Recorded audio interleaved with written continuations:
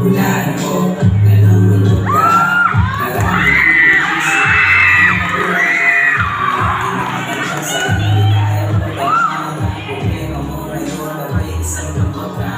Paulit-ulit umuugit sa isipan ng pasakit. Pagsumo ng malapit, malupunan sumasakit at gabi. Palagi ang ibig, kahit anong tabi. Sulat mo'y nananatiling mahapit. Pero teka lang, makinig ka lamang sandali. Ayos lang naman kung hindi ka pa makamuli. Laging tandaan na merong isang nakatinig. Kaya kung ano sa'yo, ito ang dapat mong gawin. Sabihin mo lahat kasi nakikinig siya. Hindi na dapat na magduda o aminin mo na.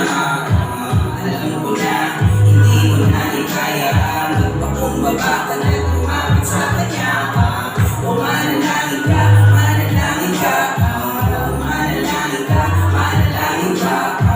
Sige na, manalangin ka. All you have to do is just pray. God will make a way. Nakiwala akong bakit alam. Hindi na gusto maniwala. Di siya na hindi naglaramdaman. Maniwala,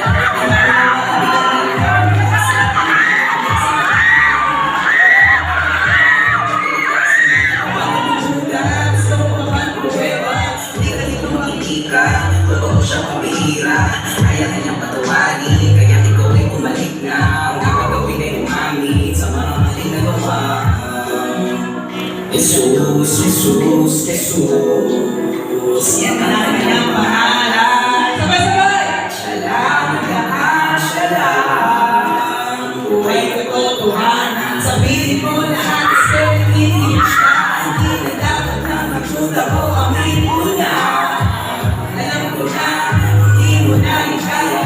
Magpakumbaba ka na lumapit sa kanya. Manalangin ka, manalangin ka. Manalangin ka, manalangin ka. Sige na, manalangin ka. All you have to do is just pray.